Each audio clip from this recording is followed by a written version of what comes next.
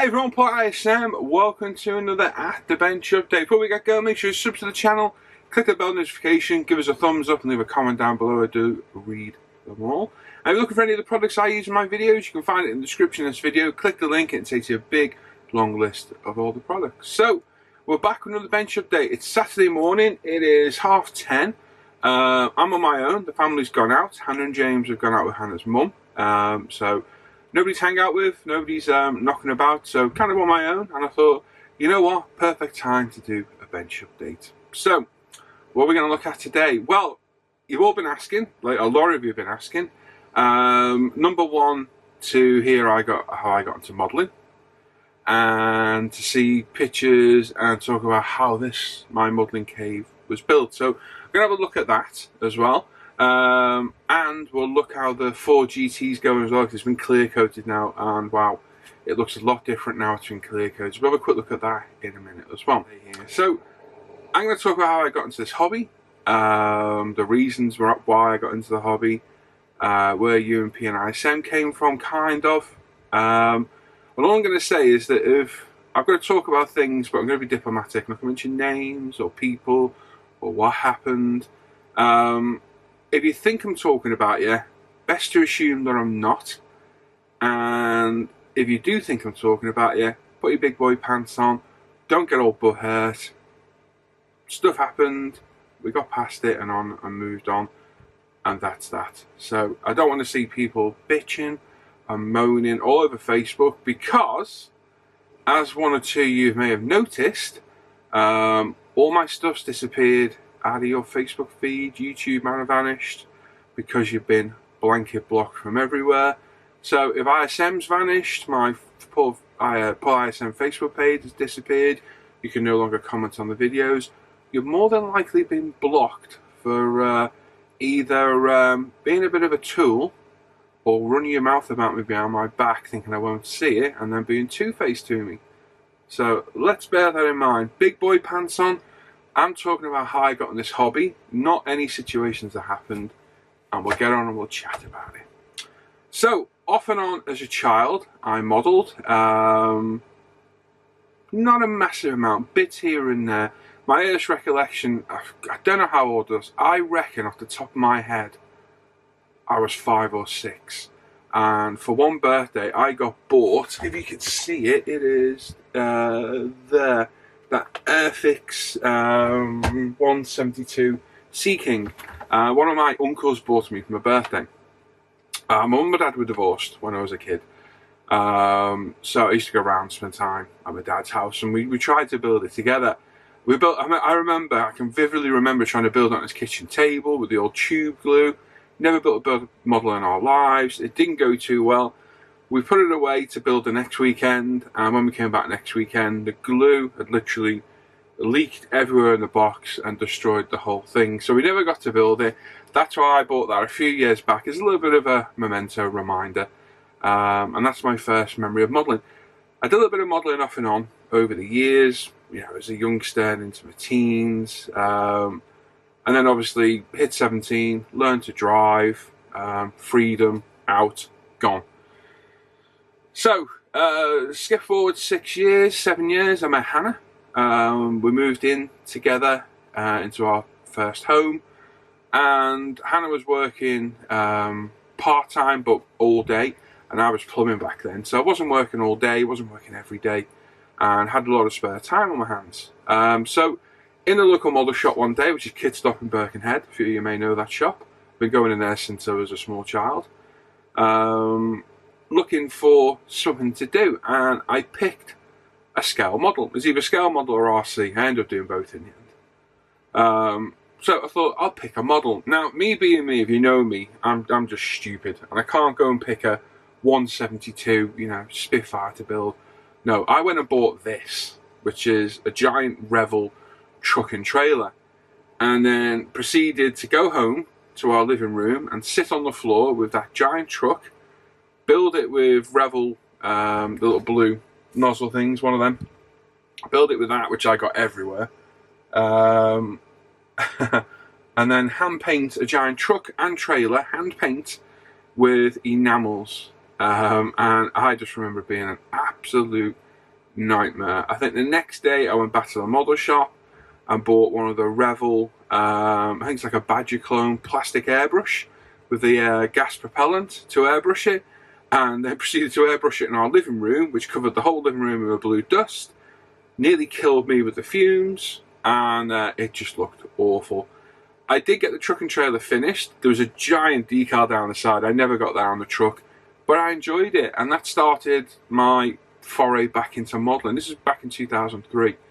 So I went out and bought more kits, all sorts of kits, but I'd primarily built armour as a child, and the cars and bikes were interesting me. So off the top of my head, I think I bought like Airfix's Bradley, or maybe a Revel Bradley in 72.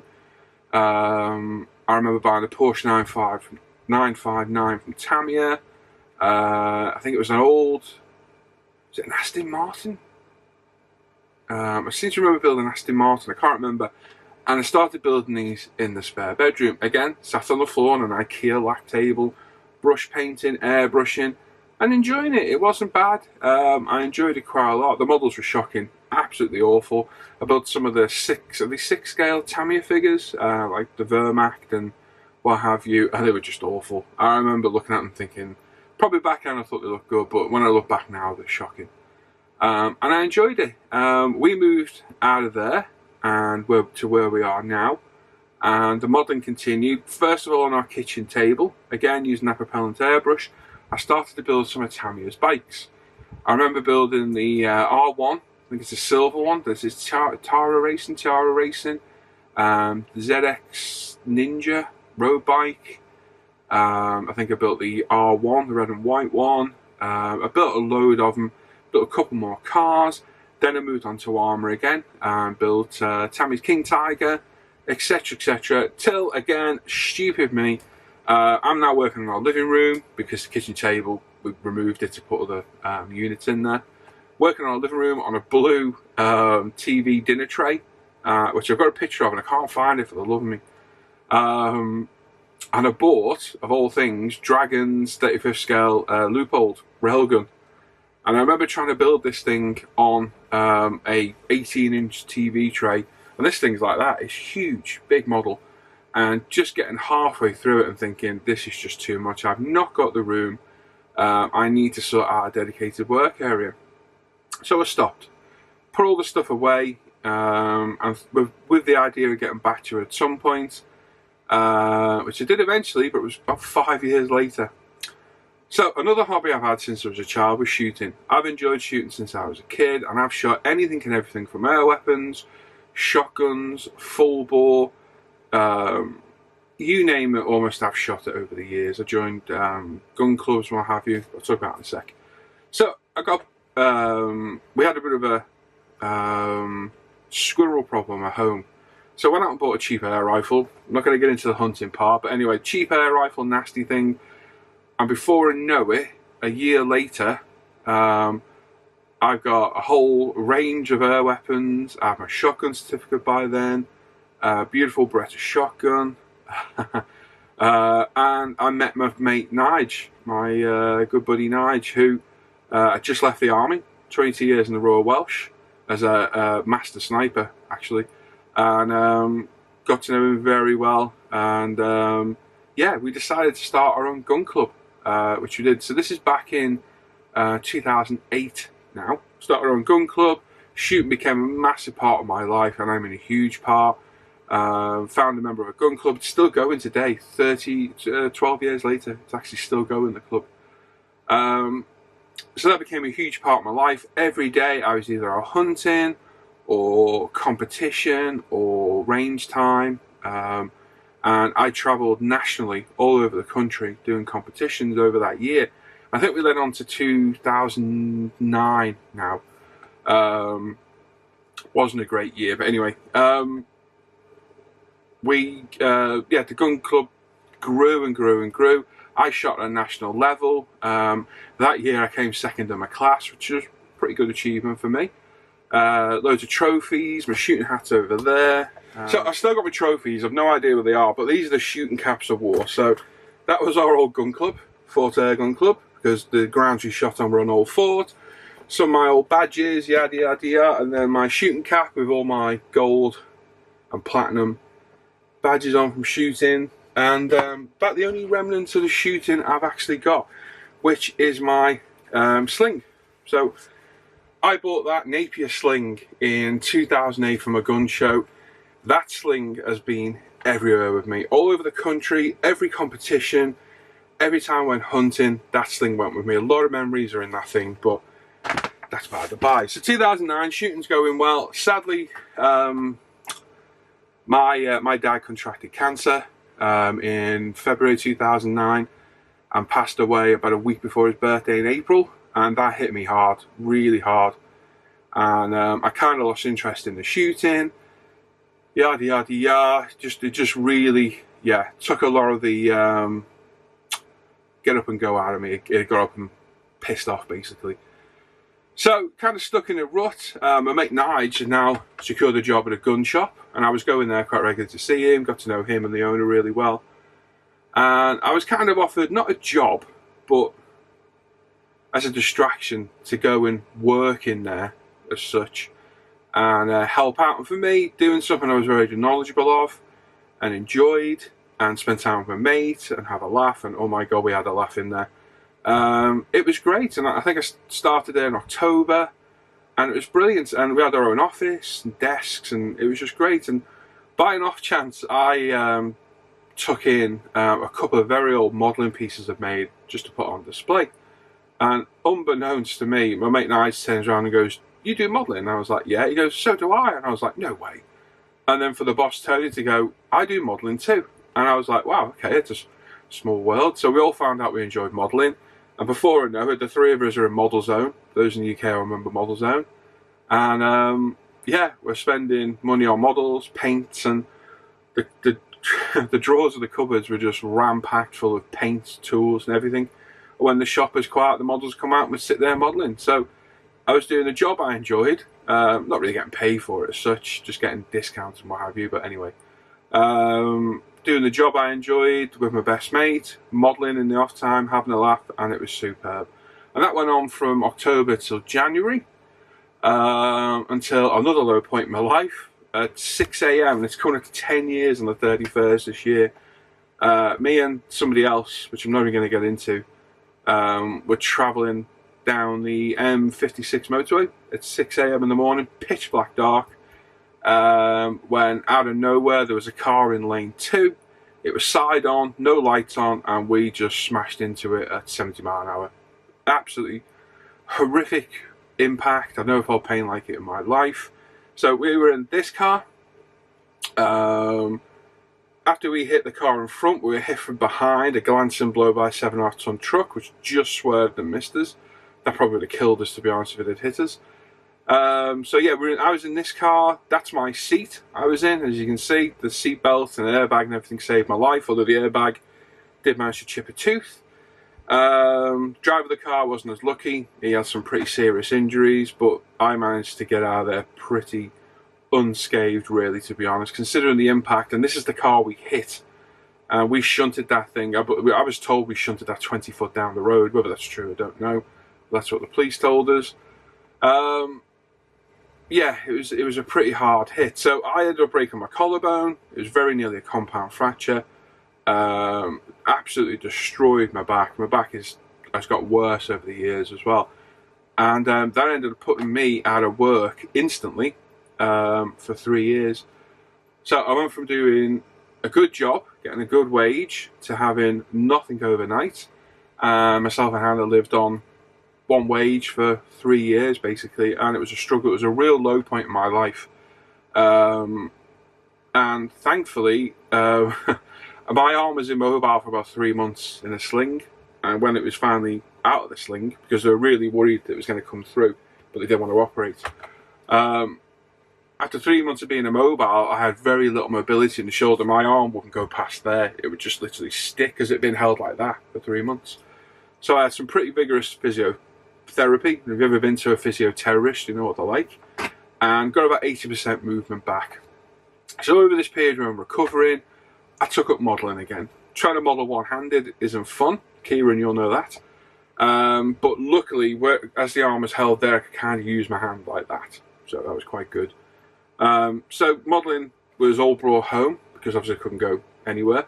Couldn't drive because I couldn't change gear or anything. And I basically spent, I think it was about 4 months doing nothing. And yeah, just vegetating at home, and it was crap. It was boring. It was really soul destroying. I piled on weight, as you can imagine. I went from being very active to doing nothing. And yeah, it was a real low point. I had to sell almost all my worldly possessions for me and Hannah to survive over the years. And yeah, it wasn't a good point in my life. 3 years later, I finally got a settlement from the crash. I was completely innocent party in it, but it still took 3 years to be to sort it out. And yeah, that's when we decided we wanted to start a family. That's what we were waiting for. I needed to vacate the spare room I was using as a model room. So I knew out this morning I had to clear all my debts, build this, and get a car, because I only had a van at the time. We needed a car for the child. So that's where this came about, and that's that. So I started doing modelling in here. I put some pictures up on, I think it was eModel's Facebook page of it, and they messaged me saying, wow, you know, you should make some videos for us. That's how I got into making the videos for eModels, so I started that. I was on another forum at the time. It was a paid-for forum. I'm not going to mention any names. And they only decided that it didn't really want other people sharing YouTube links on there. I kind of knew Lee. Lee was on there too. I knew Lee through somebody else I knew through shooting, funnily enough. And I contacted Lee and said, look, I've been thinking of an idea. Should we start a forum that's aimed at people who have YouTube? And he messaged me back saying, funnily enough, I had the similar idea. Let's do it. And that's where I-Sam came about. So I-Sam was born. The YouTube channel was born, and so on and so forth. And we started that, and that worked out really well. 6 months later, obviously seeing the hobby, seeing the other side of it as a forum owner, Facebook page, channel, me and Lee got thinking. We saw a little bit of a gap in the market, and we thought, let's release our own modelling products. So released a range of sanders and washes and the thinner and cleaner and the pickup pencils. I think were the first products we did. Now, we often get accused of copying things, but I'll tell you now, they weren't the first time those washes have been made by anybody, and the sanders have been around for years. So, hey, if that's copying people, so be it. The other thing we get accused of is relabeling everything. The only things that are relabeled with our name are the Badger Primer, the Badger Airbrush, and the pickup pencils. Everything else is our own product. So people have got this fallacy, and we've got over 50, nearly 60 is it, separate UMP products now, not including the 35 that are about to come out, which you're going to see very soon. So yeah, I think out of all those, it's about 10 are relabeled, and that's like, oh sorry, the airbrush as well, I forgot about the airbrush. Did I say the airbrush? Can't remember. So it's like 8 primers, the airbrush, the pickup pencils, and that's it. So not a massive amount. Anyway, we saw a gap in the market, we released the products. We didn't tell people it was us at first because we wanted honest feedback. Some people didn't like that. That's just part of the course. And off we went. So that was in 2013, probably about October, I think it was, something like that. We then announced it was us. Everything was great, yada, yada, yada. Off we went. A little bit of animosity here and there from it, but that's by the by. I'm not going to get into that. Started doing the Hangouts, which I do now. They were started in 2013 as well. They were always live. And this is where I was a bit of a tool. I was live. I am quite opinionated. If you know me, I am. And I will run my mouth quite easily. And I did like an idiot in public and I admitted this openly, others too, but I caused so much trouble because I'm a dick. Hashtag don't be a dick. It was unreal. And I was just like, oh my God, it spiraled out of control. It was just ridiculous. To the point that whenever I was mentioned, UMP was mentioned, and it was doing real harm to the business. Now, I knew something else that was going to happen because in 2015, Hannah quit her job of 10 years, secure job, to come and work for us. And I quit plumbing due to physical injury because my shoulder, it's still knackered to this day.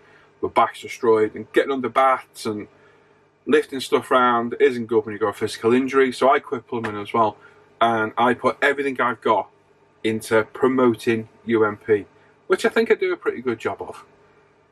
So I knew this is important now. This is our livelihood. James was born in 2014 as well.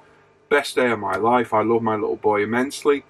So 6 months old, me and Hannah quit our jobs and come do this. Now, with me being stupid and putting people against UMP by being an absolute tool, I made the decision and I thought, right, I've got to stop this. So I disassociated myself from certain groups and what have you. Apologised to people I've been stupid with, they did vice versa. And I moved on. Some didn't, I did. Now, like I say, I'm not looking for people to be offended or start moaning. I'm telling the story, not going over the past. So I moved on and I tried to lay down all the damage I'd done by being a tool and moved on. And that's it. That's where we are kind of today, I guess. UMP's progressed over the 4 years since then. 5 years nearly, actually. And we are where we are today. We're always releasing new products, always trying to think of new things to do and keep us ahead of the game as such. Stocking more things all the time, to get the Tamiya stocking was brilliant, and so on and so forth. And yeah, and it is mega busy. It really is mega busy. And that's it really. I-Sam's gone from strength to strength. The channel's great, that runs absolutely fantastic. I love making these videos, talking to you guys and girls out there. The forum was doing brilliant. I think forums have just taken a nosedive. Social media is killing them. It's so much easier to post on the likes of Facebook. You get a lot more feedback and a lot more views as well. It's a sad way it is, because I love the forum, I really did. And to be honest, I think I get ignored on there a little bit as well. I said this, I'll post something up, like I put the LCR Honda up on there, 2 people said anything, I was like, okay, it's had about 500 views and only 2 people said anything. It's a bit narcissistic, but we wouldn't all share pictures otherwise, would we? It'd be one of those. So yeah, sadly, social media has definitely got the upper hand on the forums now. I think just the ease of posting on social media and the amount of people on there certainly helps. And I think the whole Facebook farce, photobooking farce, put the nail in the coffin of forums. With photobooking holding everyone's pictures to ransom. Even pictures of my cave I want to share in a bit, I can't share because they've blurred them out over on the forum. So I think that kind of killed them off. But yeah, I think it's sadly, forums have had their day. It's just one of those, unfortunately. But the Facebook page is mega busy. The forum's still pretty busy. It's got a few regular posters over there. YouTube's really busy. Got loads more comments than I used to. Yeah, so it's good to see there is progression there, which is always good. So there you go. That's how I got into the hobby. I-Sam came about, UMP came about. Not great, couple of 3 or 4 pretty low years in my life, but things moved on. My little boy was born.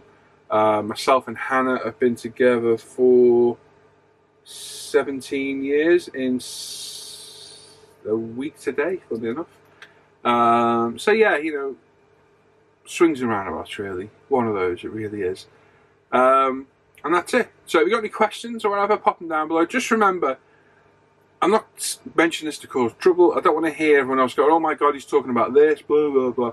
I don't want to hear it at all. Seriously, it's not a who did what and blame. It's me just telling the story of how UMP and I-Sam came about. So don't be posting stuff everywhere, causing trouble. Just get on with your life. Enjoy your hobby. Enjoy your life.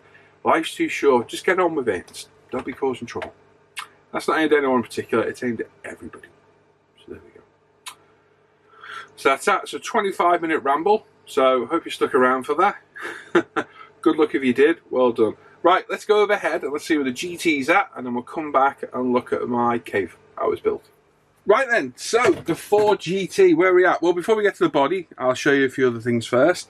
So all this chassis, it's a flat bottom base, has all been primed in UMP black and then painted in LP5 semi-gloss black. All these are semi-gloss black. The edges of this, probably the edges of the front, I don't know where it's going to show, I have to figure it all out. And these side panels will all be carbon. I'm going to carbon these just to give a nicer look on the exterior.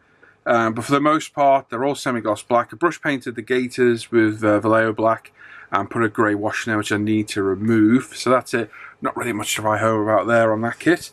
All the rest of the chassis has been painted in, let me see, Tamiya LP61 metallic grey for the discs, brush painted black in the middle. I painted the calipers in LP70 gloss aluminium after much debate last night. So I've had a wash on them, they need to clean up. All these other parts have been painted in LP, I'm going to have to take a guess, I think it's 38 flat aluminium. And they're looking really, really good. So they've all been given a wash, just normally cleaning up, and then we can assemble it basically. Now what I've also done as well is painted up the wheels. These are done in gunmetal as well. Let me zoom in a touch. So I painted these in the same colour as I did the stripe on the model. I've picked out the road wheel nuts in silver, and we've got the decals in there, and again been given a little bit of a wash, so they do need a little bit of a clean up, but that is the wheels done as well. So that's where we're at with that. Still got the interior to assemble, which we're going to do later on today, and the body was 2K clear coated the other day in the fantastic Gravity Spain 2K, and then I made this. So I bought this box XD for £3 from Home Bargain if you're in the UK. Needed a dustproof box, and we're going in the drawer, which has worked okay, but this is easy because I can move this thing round without the body moving now, and I'll show you how I did that in a minute. So let's get this out and I'll just show you how I did it. So it clips out the side. I can also leave it loose on top without clicking in, and it does leave an air gap at the bottom, so when it's freshly 2K'd it's protected from dust but still can off gas in there as well. So if I take that out there, as you can see, the colour of the body is phenomenal. We'll have a proper look at it in a sec. What I've done is I've cable tied 2 clips on the bottom underneath, and I can literally lift these, push that out, and out it comes. When it's in, it can't spin, it can't move, and just a nice simple idea. So this is Gravity 2K, the Spanish one. As you can see, the colours come out absolutely phenomenal. Now sadly, because I'm an idiot and I didn't clean my airbrush properly, I got loads of little bits in the roof, so they're going to all need to be polished out. There's a couple of pieces here and there, but what a phenomenal colour that is. I did take pictures of it, but it really doesn't do it justice till you see it in some proper light. And what a phenomenal finish. What an amazing colour. The colour absolutely pops now. It really, really does. It really shows itself really well. It's amazing. But as you can see, just all that crap in the roof, and that's my fault. That'll be dry 2K from where I've not cleaned the airbrush properly last time. All came out with one go on the roof, so it's just worked its way out. So I completely stripped the airbrush and gave it a really, really good clean. It'll polish out, it's just a pain in the backside. But you can see just how beautiful those lines are. It shows the 2K off really well. We've got the decals on, there's a GT one on the back, a Ford one on the front. I also gave it a panel line wash as well before we 2K'd it. And yeah, what a beautiful colour. It really is stunning. So that's it. That's where the GT's are. It's going to sit and dry while I work on the rest. Then we'll flat it all like we did with the Supra, polish it all up, and hopefully have another beautiful looking road car on the go. So there we go. So there we go. There's a GT. Looking phenomenal. Really is looking good. Very happy with that. Share about the... Well, it's not dust. I think it's dirty airbrush, which I've fixed now. Idiot. So there you go. Make sure your airbrush is clean. But it's come out well. Going to put all the running gear together once this video's up today. And hopefully get this thing finished by next time we come back for a bench update. What am I going to build after that? We're going to go back to the bike. So the video build of that are going. But what I'm really fancy building is either Aoshima's R35 or Tamiya's. My head says build this, my heart says build this one. So I don't know. But I just fancy building one. I love the shape of the car. It's not as sexy as an R34, but it's still a good looking car. And that's what I want to do. So let me know your thoughts on that. Or I also fancy building something American. I've got a few. I'll have to dig the kits out because I can't remember what I've got. I think I've got a Camaro Z, whatever the hell it is, 8. I've got a GT350. I've got a GT500 Shelby up there. And I think I've got something else as well. I'll dig them out. Kind of fancy doing an American car, a bit of bare metal foil or something. Don't know. We'll see. That's just a thought. Right, let's have a little chat about this and how it was built. Now, I've got pictures on my screen. I've got to scroll through them to chat about it. So I'm going to be hitting the space bar to scroll through the pictures on iMovie. So bear with me, have a look away. Right, so whilst I was off for that 3 years, I knew I was going to get paid out from that crash because I was in some party, and I did. So for 3 years, I was planning my perfect man cave. Upstairs in the house somewhere, I've got all the receipts from when I built this. And I've also got my little book that I kept for years with all my notes. Simple things like having the work benches angled back a touch because I was sick of putting things down and then rolling off. So just simple things like that. The amount of plug sockets. In here, there's 13 double sockets. And when the electrician came to wire them up, to connect them, he was like, oh my God. And you know what? Every one, but that one there, and one single one underneath is used, and they've got multiple gang sockets in them as well. So you can never have too many sockets, and that's one thing I found working upstairs. I was constantly unplugging things to plug things in. It was driving me nuts. So I had masses of planning, loads of ideas, and I knew exactly what I was going to do. The spot it's on, which is this picture here, I do have a picture of it blank. Again, I can't find it. It's got a lovely old Labrador in the picture as well. That concrete base was a garage. There's a car garage there, a tree from over in the road behind, because that fence line's a partition, boundary fence. The tree roots started to lift the frame of the garage because it was outside the concrete, and the garage door wouldn't open, and then the roof fell in, and it just got absolutely destroyed. So that was my plan. Get rid of the garage, all new fence, paint the house, as you can see we've done there. I've got a perfect concrete base to put this on, and that was the plan. So I went to a local timber manufacturers over in Liverpool, and they were doing these wooden workshops. That thing you can see there cost me £1,300. It weighed an absolute ton because it's all inch thick tongue and groove, floor to ceiling. And yeah, so to lay it on, I laid down a course of engineer bricks, you can see at the bottom. Laid a damp proof course on top of that, and then this structure is sat on those. So the engineer bricks should stop any damp crawling up them anyway, and then the damp proof course will stop any moisture get to the wood. There's a big air gap underneath, so air can get underneath and circulate, and yeah, so that's that. So it's a basic structure. So that was 10 years ago. No, it wasn't. 9 years ago, 2 days ago, because the memory popped up on my Facebook page. So that is in 12 by 8 wooden structure. I've had all the battens inside, if we move on to the next picture, all the battens inside purposely measured to my specs to fit the insulation. As you can see, it's inch thick with 50mm battens inside. So pretty substantial, that's why it costs so much money. So it's not your typical garden shed, it is a proper workshop. So I also had the door frame and window spec'd to my size as well. Sadly, under the window, you can see I had to piece it because for some reason they got the measurement wrong. I got them to measure for that window, which was just a bog standard window, and that security door. That's a steel 12-point lock-in security door. There's no mucking around there. Weighed a ton, and I tell you what, getting that thing in there on your own was not fun. So this is January 2013. It was freezing cold. I was full of flu. And just determined to get this thing built. But most of all, I wanted to get that door and window on to make it watertight. So they were putting it on the first day. I then cracked on with the insulation, as you can see. So in the walls there, I think it's 40mm. Yeah, I think it was 40mm. 40mm insulation with the foil back as well. And that left a 10, I think it was like a 9-10mm gap at the back for air and moisture and what have you. Foil sealed the whole way through, and this thing is almost airtight. If I had the door and window shut and put my extractor on, I can hear all that film crinkle up, and I can't open the door. It takes a real effort to open the door. So yes, that's that. So that's the floor, side and ceiling. As you can see, I put some bars on the window for security because you got to break the window then get through the bars. Not that it ever happened, but I hope it doesn't. But yeah, I put some bars in. Actually, I did more in the end to strengthen it up. They're all screwed in place. They're actually really strong considering. The floor was done as well. Let's just switch those pictures around actually. Yeah, the floor was done in 50mm insulation.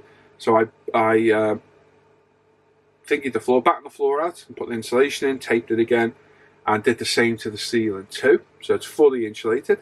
I then OSB boarded the sides and ceiling as well. As you can see, we've got the wire there for our light sticking out. This was starting to actually come together a little bit now. So we're now fully insulated and we're boarded, ready for action. The floor was boarded in waterproof chipboard flooring, which went in no problem at all. Radiators in from the house. Now I originally had that radiator in here, and then thinking about it, thought that's a bit overkill. So I ended up putting one half the size of that in, and that is connected directly to my central heating boiler, which is about 1 meter away through the wall. Hence the reason this thing stays lovely and warm in here. I then panelled all the walls with wooden cladding. As you can see, my electrics are in. I put all the electrics in. I put the patches on the wall, ran all the cable in ready, and I had my electrician mate come in and connect it all up. As you can see, there's some electrical points all in there as well. And we started building our cupboards and cabinets and what have you. I did have a sink in here originally, always wanted a sink. I thought I used that a lot, and to be honest, I didn't, to the point I ended up taking it out. More cupboards, you can see the wiring in there for the sockets as well, ready to go. Put worktops in there, all the way round. I added some shelving, a low level shelf and a high level. I put some LED rope lights under there, so I had a little bit of downlight. Built all my paint racks in there as well, which actually ended up doubling up for in the end. And then that was it really. Carpeted it with a cheap £20 carpet, which is still in here. Does need replacing because it's got absolutely destroyed over the years. And then gave the whole building a treatment with some proper solvent based wood preservative. The roof was felt. It was really good felt, to be fair. But I went out and bought some bitumen corrugated roofing material. And had somebody else install that because there's no way that thing was going to support me getting up there. So somebody on came in and put that in for me, and that stuff's phenomenal. So the roof is really good. I had no issues there. And this is it. So this is how it looked when it was finished. As you can see, it looks a bit different than it does nowadays. You see my shooting trophies up there, top right actually. I'll have some remnants of shooting in there as well because I was still thinking of getting back to it back then. But sadly, when I tried, I realised my elbow no longer reached my knee. And when you're shooting, being able to take kneeling shots is quite important. So I just decided there and then to give up, which is a bit soul destroying, but hey, it's one of those things. There we see with the light on, as you can see, loads of paint. I already had the paint, and that's how it looked back then. It's changed a lot over the years, to the point you saw the other day. My old spray booth, one of the Expo spray booths, that's where it originally was. I then moved it over to the corner over there when I got my bench fence, which was a lot better. The decor was different. Didn't have a display case back then. Everything was out in the open. I had pictures on the walls. They ended up on the ceiling eventually, which everyone seems to think are mirrors. And yeah, it's progressed and evolved over the years and changed and just become totally different over the years. But 7 years later, it's still holding up well. And you saw the pics of how it looked the other day, and that's it. So there you go. That's how my cave came about. I think it took me 6 weeks from start to finish to get it from that bare shell to what you saw one of those first pictures of it being complete. As I said to Dan, after I finished, got everything in here, got a model on the bench, I just sat there like, I don't know what to do now. I'm kind of just a bit bewildered what to do. And I modelled in here every day for about 6 months before I-Sam became about. And that's it. That's where our story takes back off of I-Sam and UMP. So there you go. This is a long bench up today. We're going to be about 40 minutes long, 50 minutes long probably. So I hope you stuck around. There's a lot of talking and a lot of boring stuff, but hopefully you stuck around and listened. And maybe, yeah, enjoyed it. I don't know. The backstory of UMP and I-Sam and what have you. So, yeah, there you go. That's it. I've had enough of talking now. So I'm going to go. Hope you guys and girls out there enjoy the rest of your Saturday. I'm going to get back to doing some modelling. As always, make sure you sub to the channel, click the bell notification, give a thumbs up and leave a comment. I do answer them all. got any questions about what I talked about today, just fire away down below, no problem at all. If you've got a problem about anything, fire away down below, PM me, email me, whatever you want to do, send me a message, we can chat about it, but there shouldn't be any issues. Make sure you check out our Facebook page, International Scale Model Facebook page and forum, umpretail.com, the Live the Bench page, Off Air Hangout group, and my Paul I-Sam page, which rolled over 3,000 followers today, which is really good. Remember, hashtag don't be a dick. Catch you all later. Take care, everyone. Bye-bye.